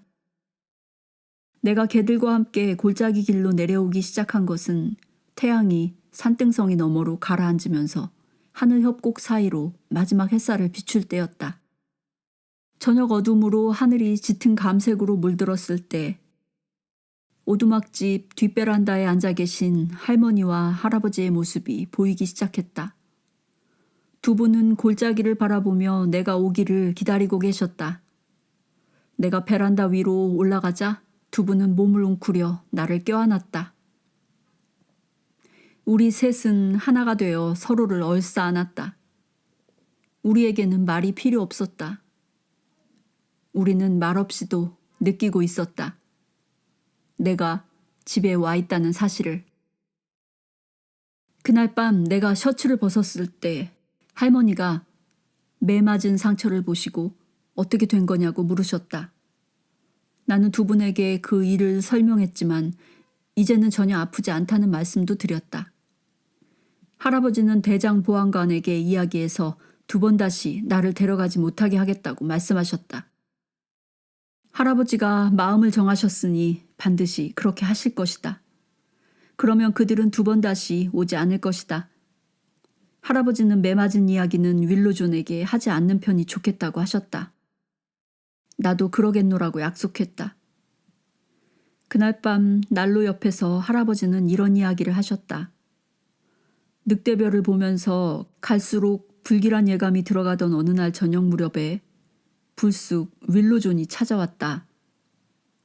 윌로존은 일부러 산길을 걸어 집까지 찾아왔다. 윌로존은 아무 말도 하지 않고 난로의 불빛을 받으며 할아버지 할머니와 함께 저녁을 먹었다. 두 분은 끝내 등잔불을 켜지 않았고 윌로존은 끝내 모자를 벗지 않았다. 그날 밤 윌로존은 내 침대에서 잤다. 그런데 다음날 아침에 일어나 보니 윌로존은 이미 가버리고 없었다. 일요일날 할아버지와 할머니는 교회에 갔지만 윌로존은 교회에 오지 않았다. 항상 만나곤 하던 느릅나무 밑으로 가니 윌로존의 벨트가 가지에 걸쳐져 있었다. 그것은 곧 돌아올 것이며 모든 일이 잘 될 거라는 뜻이 담긴 메시지였다. 다음 일요일까지도 벨트는 여전히 그대로 있었다. 그러나 다시 한 주가 지난 일요일에는 윌로존이 그 느릅나무 밑에서 기다리고 있었다. 윌로존은 어디에 갔었는지 말하지 않았다. 그래서 할아버지도 묻지 않았다. 그런데 대장 보안관에게서 연락이 왔다. 고아원에서 할아버지를 보잔다는 거였다. 할아버지가 고아원을 찾아가니 목사는 몹시 짜증스러운 얼굴로 자신은 나를 포기한다는 서류에 서명하는 중이라고 말하더란다. 목사 말로는 한 야만인이 이틀 동안이나 자기 뒤를 따라다니더니 결국에는 사무실에까지 뛰어들어와 작은 나무는 산에 있는 집으로 가야 된다는 말을 하더라고 한다. 그 야만인은 오직 그 말만을 하고 방을 나갔지만 목사 자신은 야만인이나 이교도와 분쟁을 일으키는 건 딱 질색이라고 했다. 그제서야 나는 고아원 담 밖을 따라 걸어가던 사람, 할아버지라고 생각했던 사람이 누군지 알았다. 그러니까 할아버지는 사무실에서 나와 나를 만났을 때 내가 돌아갈 수 있다는 것을 이미 알고 계셨던 것이다. 다만 할아버지는 내가 다른 아이들과 같이 있고 싶어 하는지 집으로 돌아가고 싶어 하는지 알 수가 없었기 때문에 나에게 결정하게 만드셨던 것이다. 나는 할아버지에게 고아원에 도착한 그 순간부터 이미 어떻게 하고 싶은지 알고 있었다고 대답했다. 나는 할아버지와 할머니에게 윌번 이야기를 해드렸다. 크리스마스에 받은 마분지 상자를 참나무 밑에 두고 왔지만 틀림없이 윌번은 찾아낼 것이다. 할머니는 윌번에게 사슴 가죽 셔츠를 보내야겠다고 말씀하셨다. 나중에 할머니는 정말로 그렇게 하셨다. 할아버지는 긴 칼을 보내주겠다고 하셨다. 그렇지만 칼을 가지면 윌번은 그걸로 목살을 찌를 게 틀림없다고 말했더니 할아버지는 마지못해 포기하셨다. 그 후 우리는 한 번도 윌번 소식을 듣지 못했다. 다음 일요일에 교회에 갔을 때 나는 먼저 빈터를 가로질러 숲속으로 달려갔다. 할아버지 할머니보다 훨씬 앞서 달려갔다. 윌로존은 생각했던 대로 숲속에서 우리를 기다리고 있었다. 그의 머리 위에는 쭉 뻗은 둥근 태를 가진 검은 모자가 씌워 있었다. 나는 정신없이 달려가 그의 다리를 껴안았다. 고마워요, 윌로존. 윌로존은 아무 말 없이 손을 뻗어 내 어깨를 쓰다듬었다. 올려다보니 깊고 그윽하게 반짝이는 그의 눈이 나를 내려다보고 있었다. 21. 죽음의 노래. 그해 겨울은 무척 행복했다. 비록 할아버지와 나는 계속해서 땔감을 해다 날라야 하긴 했지만 할아버지가 땔감 준비를 충분히 해놓지 못하셨던 것이다. 그래서 할아버지는 내가 돌아오지 않았더라면 두 분은 얼어 죽었을지도 모르겠다고 하셨다. 정말로 그랬을지도 모른다. 그해 겨울은 특히 혹독하게 추웠다. 그래서 위스키를 만들 때면 중류기에 긴 관이 얼지 않도록 불을 떼는 게 큰 일이 되었다. 때로는 혹독한 겨울도 필요하다고 할아버지는 말씀하셨다. 그것은 무엇인가를 정리하고 보다 튼튼히 자라게 하는 자연의 방식이었다. 예를 들면 얼음은 약한 나뭇가지만을 골라서 꺾어버리기 때문에 강한 가지들만이 겨울을 이기고 살아남게 된다. 또 겨울은 알차지 못한 도토리와 밤, 호두 따위들을 쓸어버려 산속에 더 크고 좋은 열매들이 자랄 기회를 제공해준다. 드디어 겨울이 지나고 씨 뿌리는 계절인 봄이 돌아왔다. 우리는 옥수수 씨를 예년보다 좀 더 많이 뿌렸다. 가을에 만들 위스키 양을 좀 더 늘릴 생각에서였다. 사거리 상점의 젠킨슨 씨가 세상이 불경기여서 모든 장사가 다 안 되고 있는데 위스키 거래만은 오히려 더 잘 되고 있다고 말했던 것이다. 사람들이 힘든 상황을 잊으려고 위스키를 더 많이 마셔대기 때문인 것 같았다.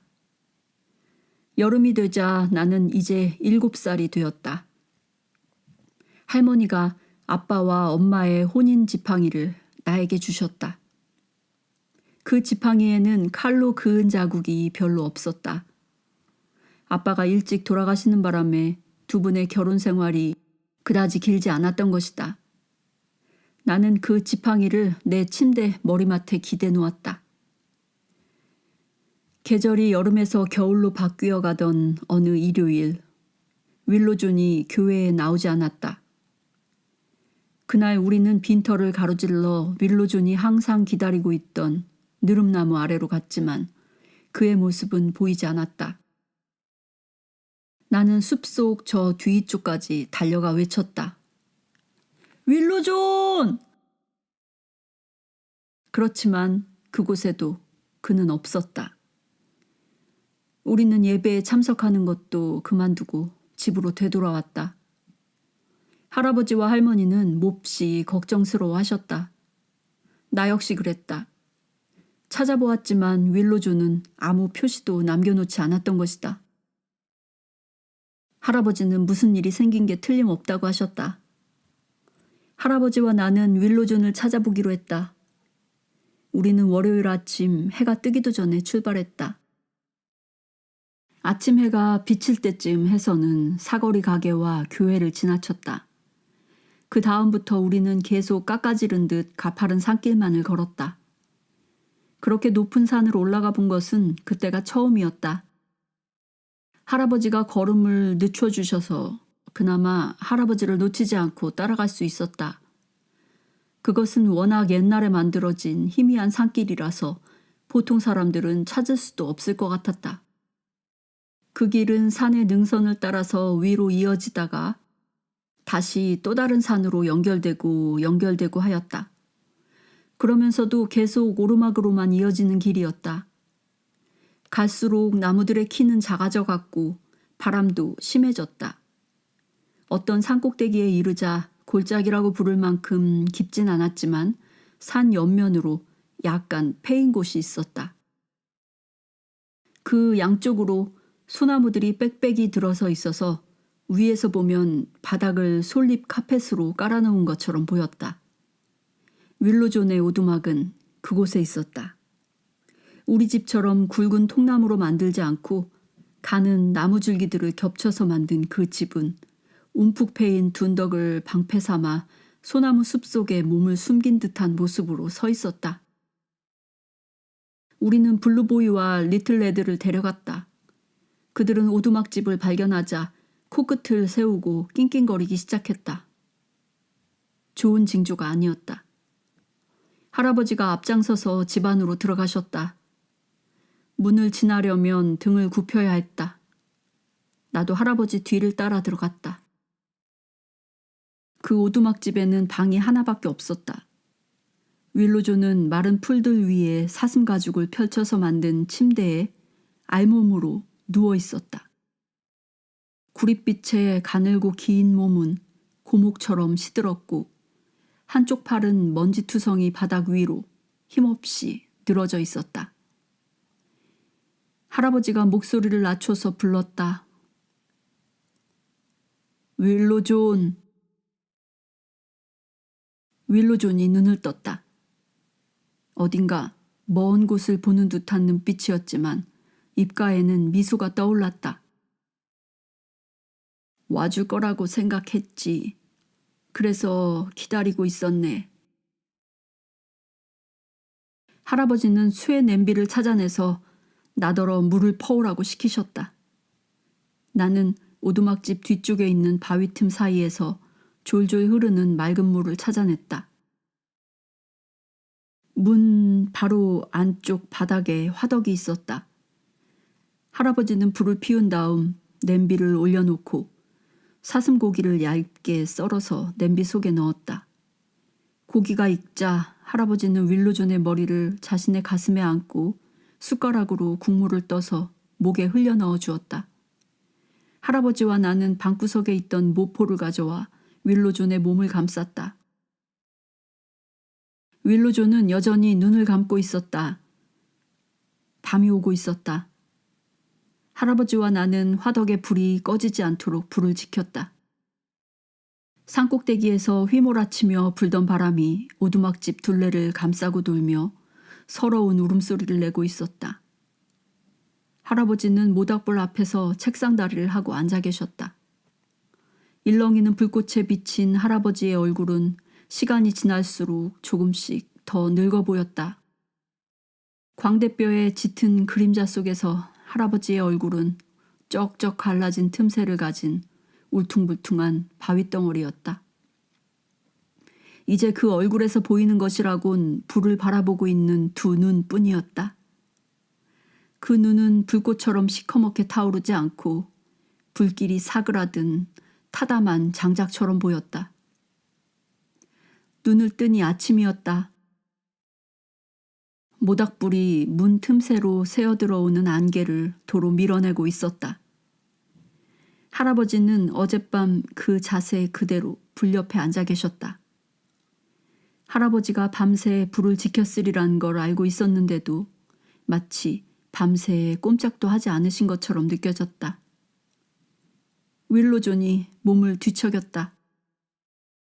할아버지와 내가 옆으로 다가가자 윌로존이 눈을 떴다. 윌로존은 한쪽 손을 들어 문 쪽을 가리켰다. 딸을 밖에 데려다 주게. 밖은 춥다네. 할아버지가 이렇게 말하자 윌로존이 힘없이 중얼거렸다. 아이고 있네. 할아버지는 윌로존을 안아 올리느라고 한참 낑낑대며 힘을 쓰셔야 했다. 윌로존의 몸이 완전히 축 늘어져 있었기 때문이다. 나도 할아버지를 도왔다. 할아버지가 윌로존을 문 밖으로 안고 가시자 나는 침대에 마른 풀더미를 끌고 뒤따랐다. 할아버지는 윌로존을 데리고 움푹 패인 둔덕 위로 올라가셨다. 우리는 마른 풀더미를 놓고 그 위에다 윌로존을 뉘었다. 우리는 윌로존의 몸을 모포로 감싸고 발에는 목화신을 신겼다. 그리고 할아버지는 사슴 가죽을 접어서 윌로존의 머리 밑에 받쳐주셨다. 우리 등 뒤에서 아침 해가 비치기 시작하자 주위의 안개들이 산 그늘을 찾아서 천천히 흩어져 갔다. 윌로존은 험한 산들과 깊은 골짜기들 저 너머 아득히 서쪽을 보고 있었다. 마치 하늘 끝을 보기라도 하는 것처럼 그는 인디언 연방을 바라보고 있었다. 할아버지가 오두막집으로 가서 윌로존의 긴 칼을 가져오셨다. 할아버지는 그것을 윌로존의 손에 쥐어주었다. 윌로존이 칼을 들어 올려 굽고 뒤틀린 늙은 소나무 하나를 가리켰다. 내가 죽으면 저기 있는 소나무 옆에 묻어주게. 저 소나무는 많은 씨앗들을 퍼뜨려 나를 따뜻하게 해주고 나를 감싸주었어. 그렇게 하는 게 좋을 걸세. 내 몸이면 2년치 걸음 정도는 될 거야. 알겠네. 그리고 보니비에게 전해주게. 다음번에는 틀림없이 더 나을 거라고 말이야. 윌루존의 목소리는 사그라들고 있었다. 그러겠네. 할아버지는 윌루존 옆에 주저앉아 그의 손을 잡았다. 나도 반대쪽에 앉아서 윌루존의 다른 한 손을 잡았다. 당신들을 기다리고 있겠네. 우리도 곧 가겠네. 나는 윌루존에게 틀림없이 독감에 걸린 것이다. 할머니가 그러시는데 도처에 독감이 유행하고 있다고 하셨다. 우리가 돌봐드리면 틀림없이 걸을 수 있게 될 것이다. 그렇게 되면 산을 내려가서 우리 집으로 같이 가자. 그러니까 중요한 건 걸을 수 있을 정도로 회복이 되는 것이다. 조금만 애쓰면 틀림없이 그렇게 될 것이라고 말씀드렸다. 윌루존은 웃으며 내 손을 꼭 쥐었다. 작은 나무야, 넌 착한 마음을 가졌구나. 하지만 나는 더 이상 이곳에 있고 싶지 않단다. 이제 그만 가고 싶어. 언젠가 네가 오길 기다리마. 나는 울었다. 나는 윌루존에게 조금만 더 머물러 줄 수는 없는가? 내년에 날씨가 따뜻해지고 나서 가면 되지 않는가? 올겨울엔 히코리 열매가 많이 열려서 이제 얼마 안 있으면 사슴이 통통하게 살이 오른 모습을 보게 될 것이라고 말했다. 윌루존은 빙긋이 웃었지만 더 이상 말은 하지 않았다. 윌루존은 할아버지와 내가 거기 있다는 사실도 잊은 듯 산 너머 아득한 서쪽만을 바라보았다. 드디어 그는 정령들에게 자신이 가고 있음을 알리는 마지막 노래를 부르기 시작했다. 그것은 죽음의 노래였다. 낮게 시작된 그 노래는 점차 높아지는가 싶더니 어느새 기운 없이 사그라들기 시작했다. 좀 지나자 그 노랫소리는 바람소리인지 윌루존의 목소리인지 더 이상 구별이 되지 않았다. 목 근육의 움직임이 점점 약해지는 데 따라 그의 눈빛도 희미해져 갔다. 할아버지와 나는 그의 영혼이 눈 속 깊숙이 빨려 들어가는 모습을 지켜보았다. 그의 영혼이 몸을 떠나는 것이 느껴졌다. 그러고 나자 한 줄기 세찬 바람이 우리 사이를 지나쳐 가더니 늙은 소나무 가지를 흔들어댔다. 할아버지는 그 바람이 윌루존이라고 하셨다. 그는 그만큼 강한 영혼을 갖고 계셨다. 우리는 그 바람이 산등성이에 서 있는 높은 나뭇가지들을 휩쓸고 난 뒤 산허리로 달려내려가 까마귀 떼를 공중으로 날아오르게 하는 모습을 지켜보았다. 까마귀들은 까악 울면서 윌루존과 함께 산 아래로 내려갔다. 할아버지와 나는 윌루존이 산등성이와 산봉우리들 저 너머로 사라져가는 모습을 언제까지나 지켜보고 있었다. 우리는 오랫동안 그렇게 앉아 있었다. 할아버지는 윌루존이 돌아올 거라고 말씀하셨다. 우리는 바람 속에서 그를 느끼고 나무들의 속삭임 속에서 그의 목소리를 들을 것이다. 할아버지와 나는 각자의 긴 칼로 늙은 소나무에서 가장 가까운 곳에 무덤을 팠다. 우리는 최대한 깊게 팠다. 할아버지가 윌루존의 몸에 모포 한 장을 더 감고 난 다음 우리는 그의 몸을 무덤 속에 내려놓았다. 할아버지는 윌루존의 모자를 무덤에 함께 넣었고 잡고 있던 긴 칼을 다시 고쳐 쥐어주었다. 이제 윌루존의 손에는 긴 칼이 꽉 쥐어 있었다. 우리는 무겁고 큰 돌들을 잔뜩 쌓았다. 할아버지는 윌로존이 원한 대로 소나무의 거름이 되려면 너구리가 파헤치지 못하게 해야 한다고 말씀하셨다. 해가 서쪽으로 가라앉을 무렵에야 우리는 산을 내려왔다. 할머니에게 드리려고 윌로존의 사슴 가죽 셔츠를 집어오신 것만 빼고 할아버지는 오두막집 안을 윌로존이 살던 그대로 놔두었다. 골짜기로 되돌아갔을 때는 이미 한밤중이 지나 있었다. 아득히 멀리서 문상 비둘기 우는 소리가 들렸다. 그 소리에 대답하는 것이 없는 걸로 봐서 윌로존을 위해 울고 있다는 걸 알았다. 집 안으로 들어서자 할머니가 등잔에 불을 붙였다. 할아버지는 윌로존의 셔츠를 말없이 식탁 위에 올려놓으셨다.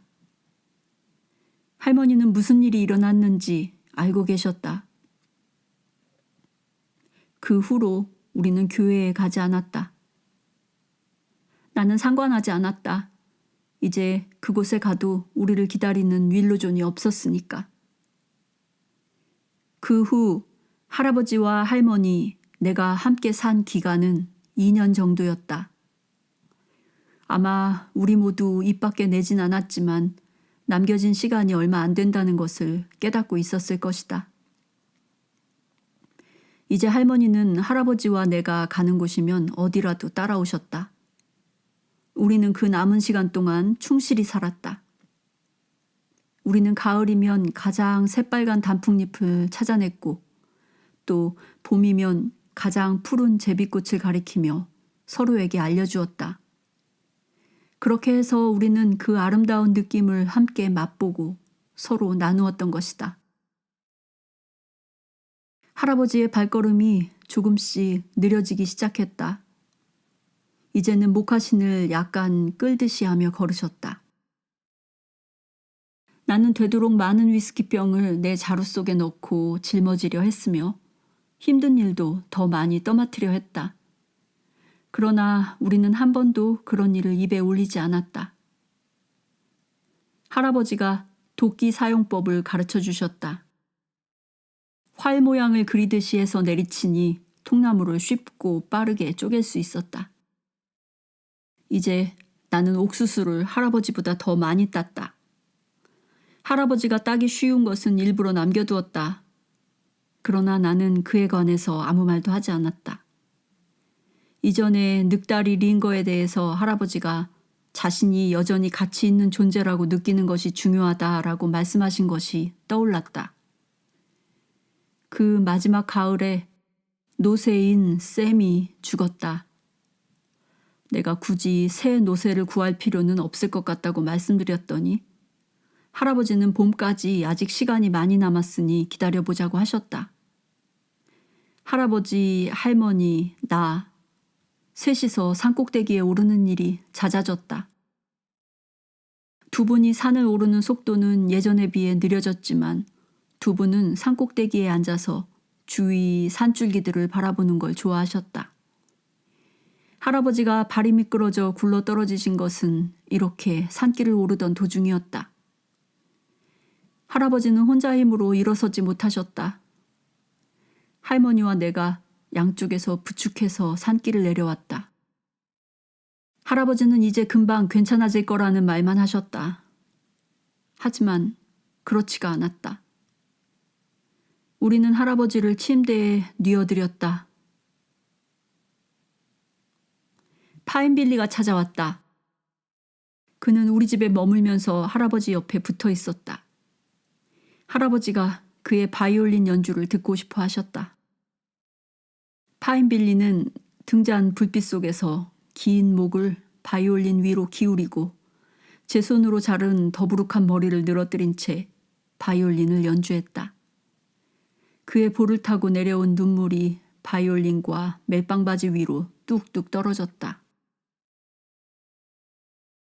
그만 그치게 파인빌리. 자네가 음악을 망치고 있지 않는가? 나는 자네의 바이올린 소리를 듣고 싶어. 할아버지가 꾸짖으시자 파인빌리는 목이 메어 대답했다. 우는 게 아니에요. 감기에 걸렸어요. 하지만 말을 채 끝맺기도 전에 그는 바이올린을 내던지고 할아버지의 침대 발치에 쓰러졌다. 그는 머리를 침대보에 들이박고는 등을 들썩이며 흐느껴 울었다. 파인빌리는 무슨 일이든 절제가 잘 되지 않는 남자였다. 할아버지가 간신히 머리를 들어올려 야단을 치셨다. 그러나 그 목소리는 무척 약했다. 바보같이. 이불이 붉은 독수리표 가루담배로 범벅이 되잖아. 사실 그랬다. 나도 울었지만 나는 할아버지에게 우는 모습을 보이지 않았다. 할아버지의 몸의 마음이 졸기 시작하고 영혼의 마음이 그것을 대신했다. 할아버지는 윌로존과 이런저런 이야기들을 나누셨다. 할머니는 할아버지의 머리를 껴안은 채 할아버지의 귀에 대고 속삭였다. 몸의 마음이 다시 깨어났다. 할아버지가 모자를 집어달라고 하셨다. 내가 건네드리자 할아버지는 그것을 머리에 쓰셨다. 내가 손을 잡으니 할아버지의 얼굴에 가만히 웃음이 번졌다.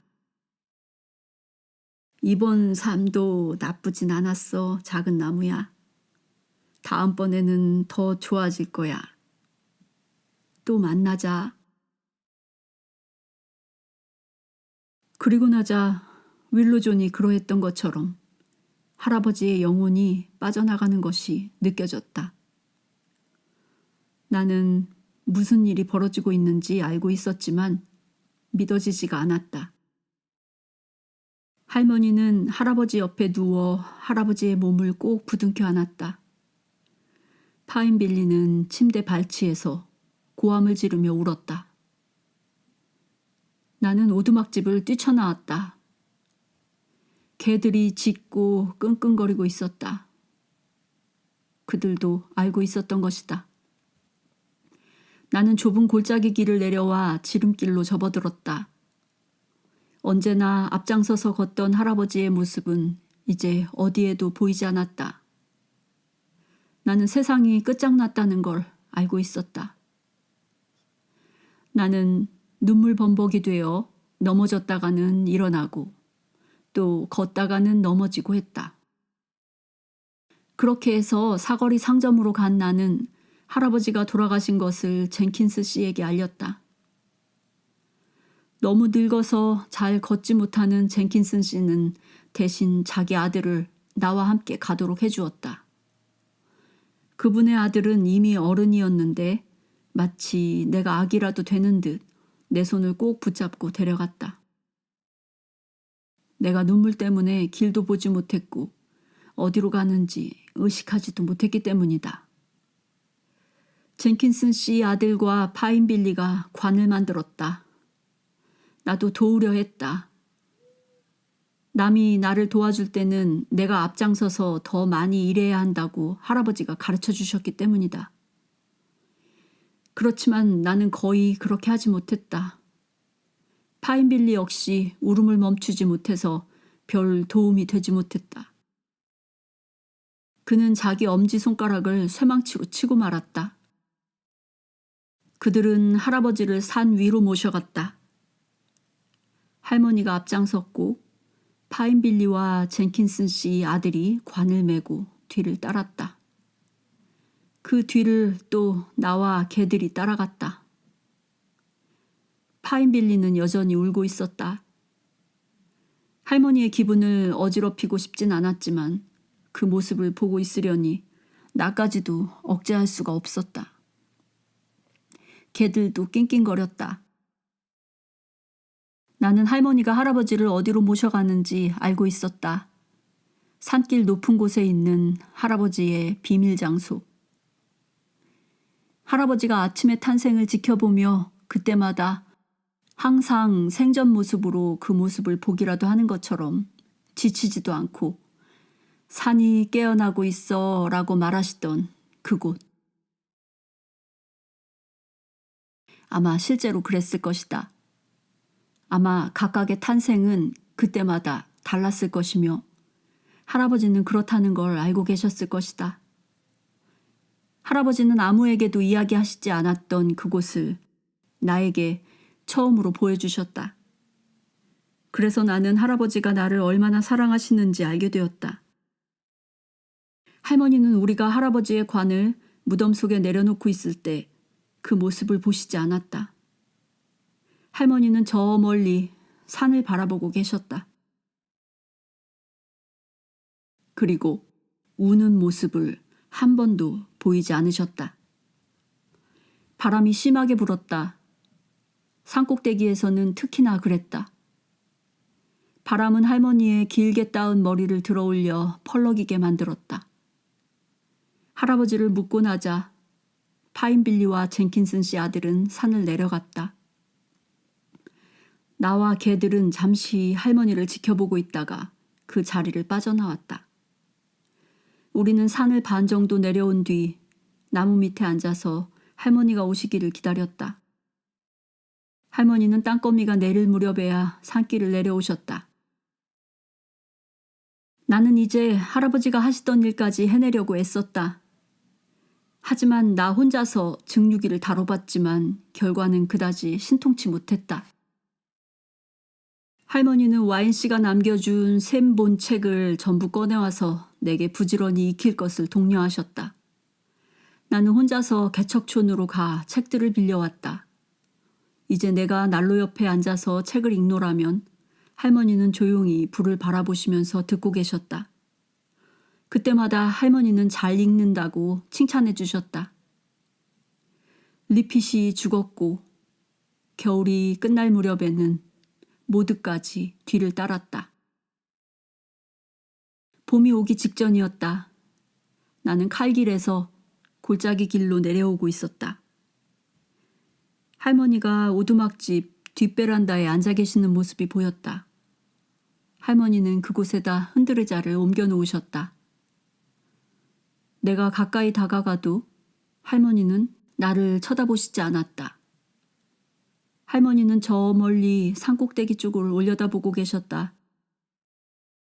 나는 할머니가 돌아가신 걸 알았다. 할머니는 할아버지가 마음에 들어 하시던 그 주황과 초록과 빨강과 노랑 무늬의 드레스를 입고 계셨다. 할머니의 가슴 앞섭에는 나에게 쓴 편지가 꽂혀 있었다. 작은 나무야, 나는 가야 한단다. 내가 나무들을 느끼듯이 귀 기울여 듣고 있으면 우리를 느낄 수 있을 거다. 널 기다리고 있으마. 다음번에는 틀림없이 이번보다 더 나을 거야. 모든 일이 잘 될 거다. 할머니가. 나는 할머니의 그 작은 몸을 안고 오두막집 안으로 들어가 침대에 뉘었다. 나는 그날 낮 동안을 할머니 옆에서 보냈다. 블루보이와 리틀레드도 나와 함께 있었다. 저녁이 되자 나는 산을 내려가서 파인빌리를 찾아왔다. 파인빌리는 나와 할머니와 함께 그날 밤을 꼬박 밝혔다. 그는 울면서 바이올린을 연주했다. 그는 바람과 늑대별과 산등성이와 아침의 탄생과 죽음을 노래했다. 나와 파인빌리는 할아버지와 할머니가 듣고 계시다는 것을 알고 있었다. 다음 날 아침 우리는 관을 만들어 할머니를 산꼭대기까지 모셔가 할아버지 곁에 묻었다. 나는 두 분의 혼인 지팡이를 가져가 두 분의 무덤 사이에 돌무더기를 쌓아 잘 세워두었다. 나는 두 분이 나를 위해 새겨놓은 자국들을 바라보았다. 지팡이 끝부분에 있던 그 자국들은 두 분이 느낀 깊은 행복을 나타내고 있었다. 나와 블루보이와 리틀레드는 그곳에서 남은 겨울을 보냈다. 봄이 오자 나는 하늘 협곡으로 가 증류속과 지렁이 관을 땅에 묻었다. 나는 아직 그것들을 쓰기에는 무리였으며 내가 알아야 할 만큼 충분히 기술을 배웠던 것도 아니었다. 할아버지는 누군가 다른 사람이 그것을 써서 질 나쁜 물건을 만들어내기를 원하지 않으실 것이다. 나는 할머니가 나를 위해서 모아둔 위스키 판돈을 가지고 아득히 저 멀리 서쪽 산들 너머에 있는 인디언 연방으로 가기로 마음먹었다. 블루보이와 리틀레드도 나와 함께 갔다. 어느 날 아침 우리는 오두막집 문을 닫고 집을 나섰다. 가는 도중에 농장이 나오면 일하게 해달라고 부탁했다. 그러나 개가 있으면 곤란하다고 할 때는 당장 그곳을 떠났다. 할아버지는 사람들이 개에게 큰 빚을 지고 있다고 하셨다. 맞는 말씀이었다. 아칸소주의 오자크 산지에서 리틀레드는 빙판을 잘못 밟아 시냇물에 빠져 죽었다. 산에서 살아온 개에게 어울리는 죽음이었다. 나와 블루보이는 인디언 연방으로 가는 여행을 계속했다.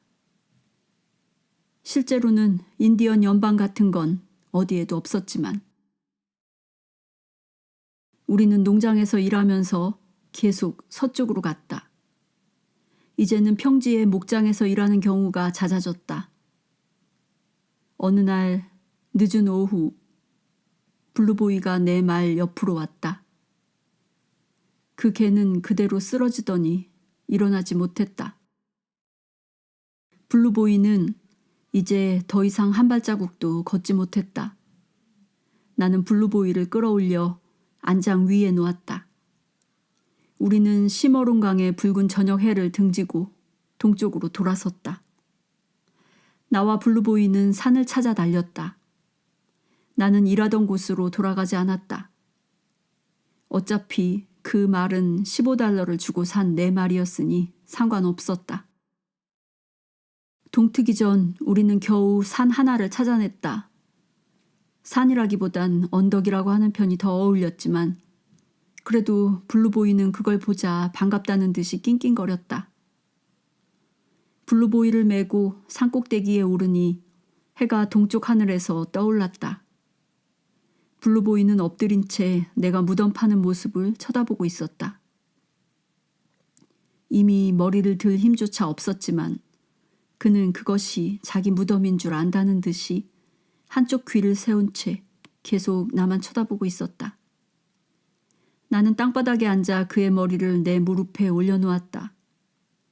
블루보이가 몇 번 내 손을 핥았다. 갑자기 그의 머리가 내 팔 위로 기울어졌다. 블루보이는 무척이나 편안하게 숨을 거두었다. 나는 그를 깊이 묻고 나서 들짐승들에게 파먹히지 않도록 돌을 잔뜩 쌓았다. 블루보이는 코가 발달되어 있으니까 아마 지금쯤 벌써 고향 산을 향해 가고 있을 것이다. 블루보이라면 문제없이 할아버지 뒤를 따라잡을 것이다.